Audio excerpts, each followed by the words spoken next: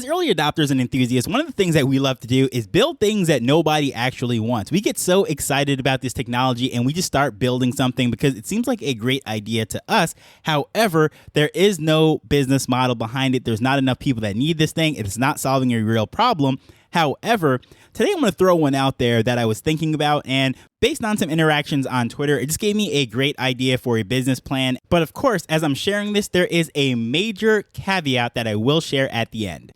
Hello, I'm Taj, digitally known as Tropic Vibes, the host of Nifty Business, where we highlight NFTs and explore Web 3.0 as we move from pure speculation to creating real-world value.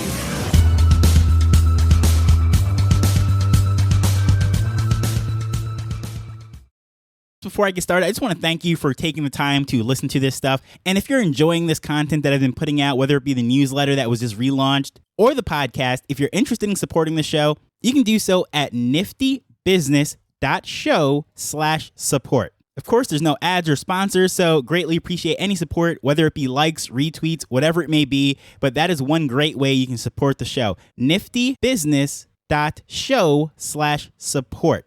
But getting to this topic that is at hand, of course, I spoke about we love to build things that we're excited about, but it doesn't solve a real world problem. Now, when it comes to launching businesses, one of the major things that any of these startup people will speak about is something called TAM, Total Addressable Market. And unfortunately, a lot of the times when we get so excited about this technology, we start building these solutions and these projects or whatever it might be, and there is just no total addressable market. It's very small, maybe just us and our friends. Or even if you really get to the heart of it, a lot of the times if you speak to these founders that are building this tech, it doesn't even solve their own problem. However, for whatever reason, they got so excited and they launched this thing. But what we're going to discuss about today is actually addressing the fact that we all have a serious trust issue when it comes to the news and the media and everything that is out there. So the way this idea actually came to me is by surfing Twitter and interacting with various personalities and people in the space.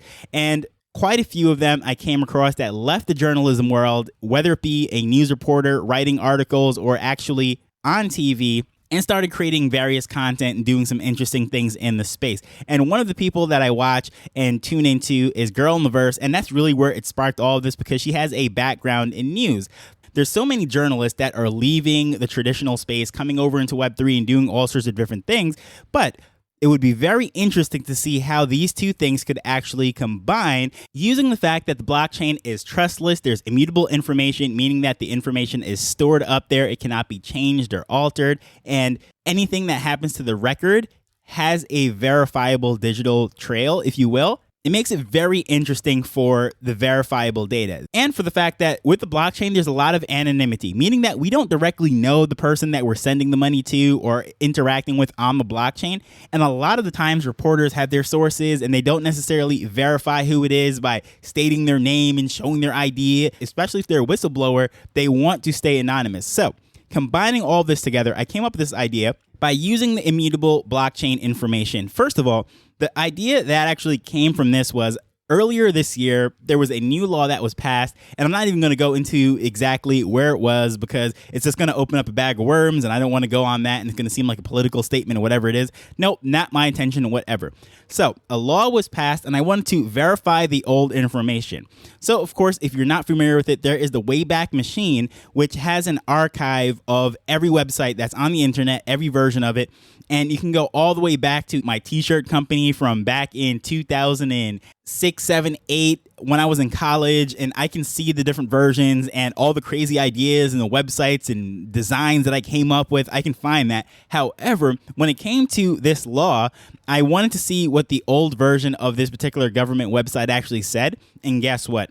It was completely changed. For whatever reason, within the archive, it was no longer accessible. It only showed the current version. It has all the indexed ones, and the old version with the old information was not there. It only showed the new version. I thought that was very weird. Now, there's a whole bunch of conspiracies with different things and all sorts of things. Again, like I said, not going down that rabbit hole, not mentioning the specific topic or what law it was or anything of that nature. But there is all sorts of reports of this sort of thing. And just looking through history, we can see where history has been rewritten time and time again.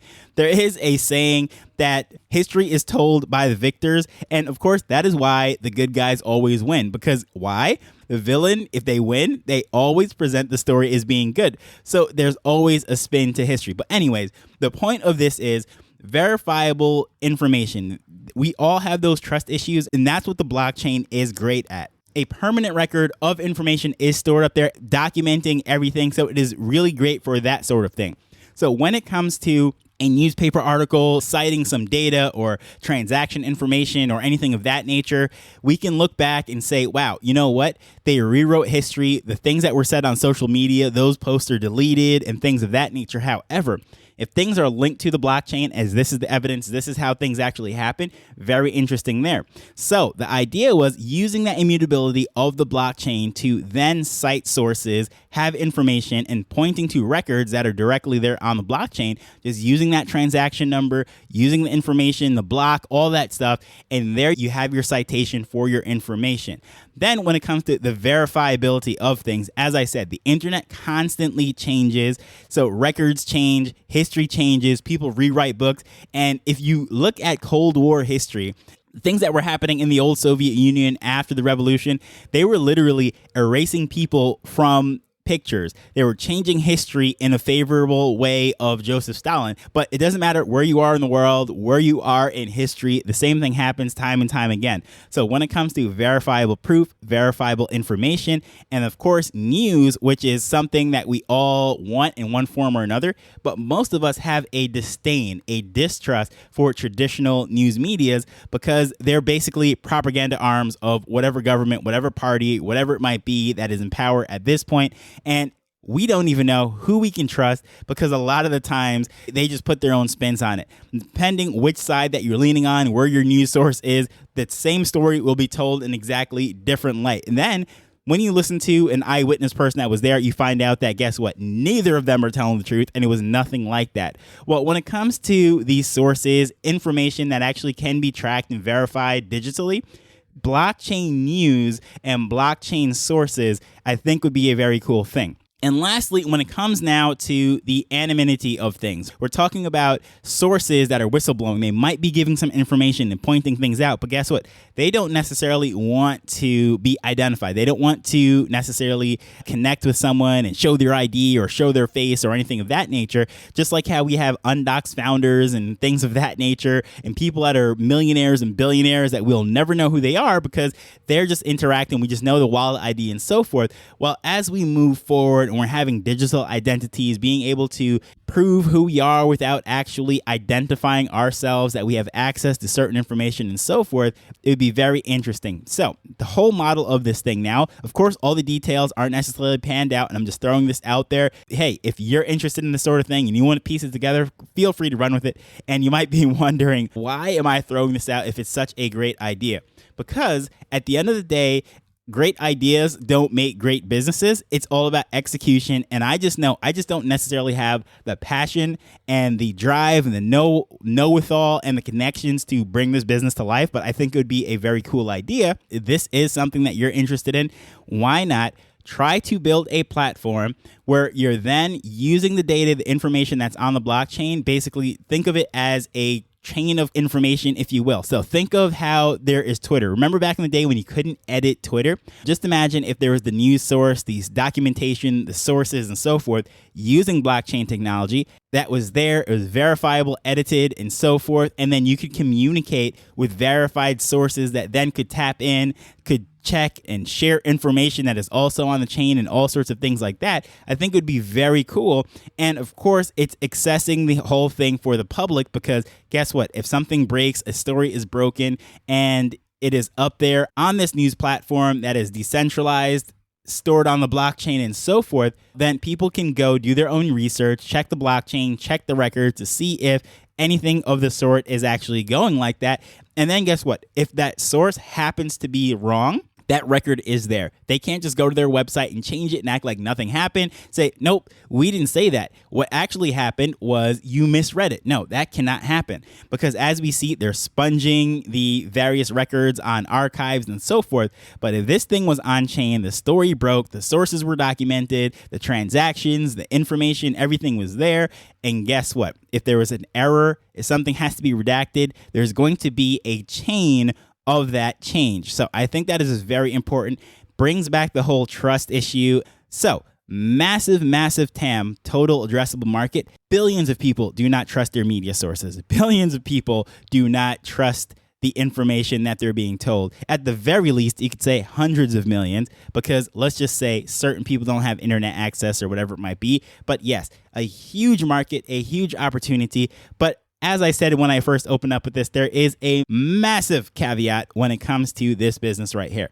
So media businesses, they sound glamorous, they sound great and everything. However, they are very hard to run. It is much easier to get to a 8-figure business than it is to get to a 9 or 10-figure business, meaning that it's easier to get to $10 million than it is to get to $100 million. It is very hard to bring it to that next level. Now, a lot of people might be saying $10 million, that is a lot of money. That's great. Why not go that route? Again, tying all the stuff in together, it is very hard. You're going to have some connections. You have to know what you're doing. You have to have the passion, because this is not an easy business. There's either going to be two models. And trust me, when I know from the podcast, it's either going to have to be somehow you're going to have ad dollars, or there's going to have to be another stream of income that's coming in, whether it be selling products, selling services related to this business, or relying on donations, whatever it might be. That is how it's going to happen, because at the end of the day, media businesses are not glamorous. I can tell you that firsthand. You could speak to anyone that runs a newsletter, anyone that runs podcast, TV station, whatever it might be. It is not easy, but if you have the passion for it, it is absolutely amazing. For example, whether or not I'm monetizing this podcast, guess what? I enjoy speaking about these topics. I enjoy researching, connecting with people in the space, and that is just an awesome thing. I did it for, maybe 400 straight episodes without having any kind of idea of how I was ever going to monetize this thing, completely out of passion and excitement. And it wasn't until somewhere around episode 400 where I said, hey, you know what? I see potential for revenue by working with businesses, creating contacts, and basically doing a spin-off business and using this to showcase what I do rather than directly monetizing the thing. But there is no way I would have got to episode 400 and figuring all of that out without actually having the passion to keep doing this, keep driving this. So if this is something that you end up starting, don't even dip your feet into it if you're not passionate about news and doing this sort of thing, regardless of how much money you think you can make from it. But do your own research. But as far as monetizing, as I said, I opened up this thing right before I started by saying there is niftybusiness.show/support. If you're interested in supporting this show, please feel free to check that out. But as usual, I just want to thank you for taking time to listen to this as we're learning and building Web3 together. So until next time, later. The Nifty Business Show is not investment advice. It provides insights and information within the space. As with anything, please do your own research before making a decision whether you're making an investment or a purchase.